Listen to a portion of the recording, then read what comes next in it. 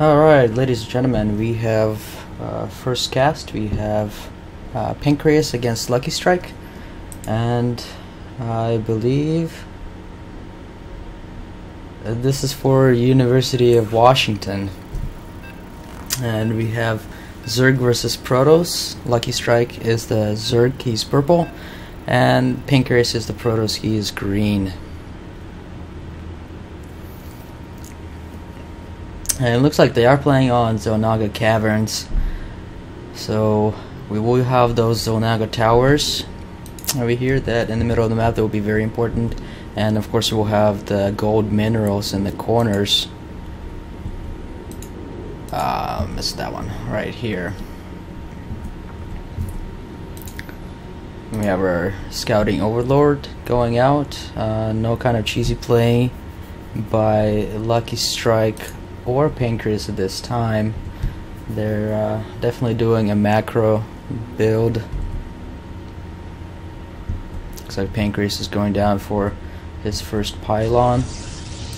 He is going to play defensively, as Lucky is a Zerg player, so he's going to want to put structures in the middle of his ramp to block that off. We did have a cancel on the gas here for Lucky. And it looks like he did change his mind about that. No gas yet by either player. It looks like still some drones and probes going down by both of them. Very macro intensive game, and we will have Pancreas see that there is no pool yet, so he might actually consider expanding. We'll see what he does with this. Yep, the probe is going to attempt to block, and that will work out quite well until the second one comes around, and at that point he might actually be able to block more. We'll see whether Lucky decides, oh nope, there goes that expansion. And we do have Lucky blocking this ram because Protoss players are known to put down some random structures there to block any kind of early harassment. There might be some, I mean, it takes 2 pylons to block that off completely, but it looks like Pancreas does not want to actually do that. And Lucky is very determined to keep this open. We did have a pool go down meanwhile, and on Pancreas' side we have a Zealot being chrono boosted out and a cybernetic score, so once again no rush by either of them. Pancreas was a little afraid that this drone over here was going to do something and might actually try a gas steal, but that did not happen. And we'll see how that will play out for Pancreas, as he probably did not want to put down this assimilator this early. We do have the warp gate being researched, and looks like there is a hole in this defense, so if any Zerglings do come out, they would be able to run right through that. Meanwhile, metabolic boost being researched by Lucky, and we will have those Zerglings speed up significantly. And it looks like there's either an early harassment or just trying to get this probe out of the way. But I mean, unfortunately at this time they're just as fast, so they're not going to be able to catch up. Or are they? If that looks like they're catching up a little bit, but by the time they make it back, it's just not going to matter. Yep, he decided to pull one of those off and continue. Meanwhile, we have sentries being warped in, and we have a forge going down. I wonder, yeah, 1v1 on attack. That will help significantly, considering how fast the Zerg race can produce units as opposed to all the other ones. I mean, you can come up with Marines pretty quickly, but I mean, anything the Protoss has does take quite a while to warp in or spawn in.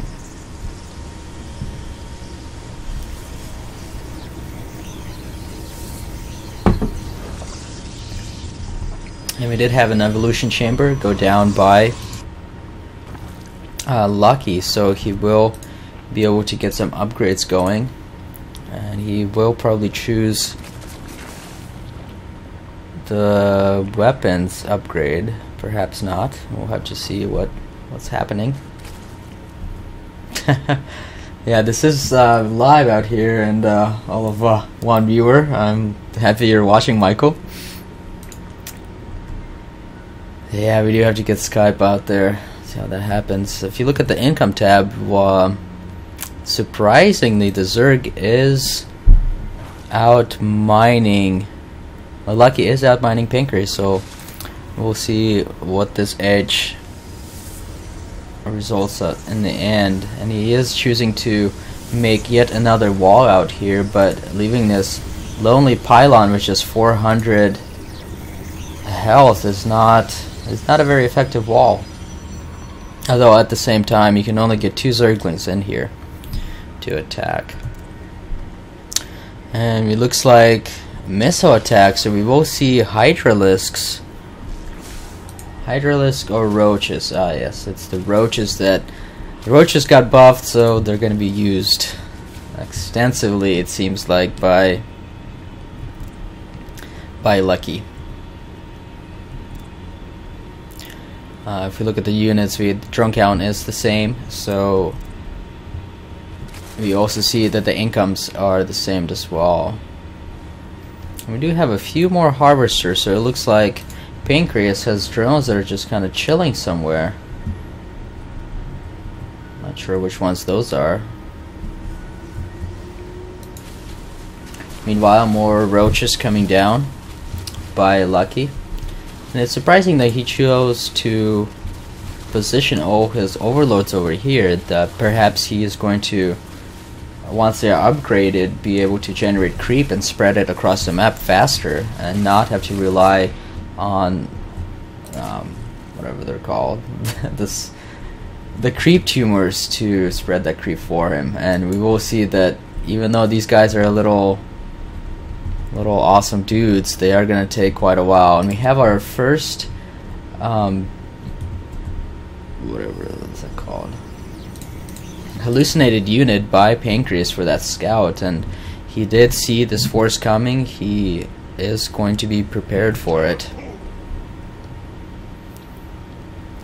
And it looks like he will depend on force fields exclusively, but at the same time, those might have came down early as the roaches are able to clean up pretty well. At the same time, this extractor might go down, but it might not. We'll see that Lucky right now is not producing any units. There's no macro rather on his part, but he is making upgrades. So we did have some upgrades, but no units. If Pancreas decided to push right now, he would be in good shape, but he's not. He's not aware that no units were produced at that time. And we do have 6 more roaches coming out, so those will be done. And yes, we do have that Hydralisk tank Dan being made by Lucky, so it looks like he is planning to switch into those units, as I'm sure at this point he's very concerned that he only has ground attack, and if Pancreas decided to switch into any kind of aerial units, i.e. void rays or carriers, which would take quite a while, he would be in bad shape. But that is not the case, as Pancreas is not aware of the fact, so he's going safe with a ground army. And it looks like there is a lack of zealots at this time, only 3. It's going to depend heavily on Colossus and on Stalkers. And this proxy pylon was spotted Not sure whether Lucky would be able to defend against it. Oh, there's significantly more units out on the field, but it looks like he's just gonna let that go and move the overlords up and spread that creep.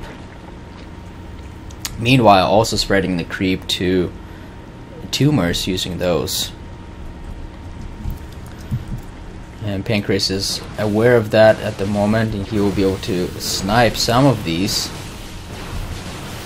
But they'll probably just get moved back. Ah yes, there's the flanking maneuver by Lucky. But unfortunately, these Colossus, they do have thermal lances, so they will be able to do some damage at a longer distance. So it looks like they did get caught off guard here, and the shields got drained on one of those. Meanwhile, not a lot of units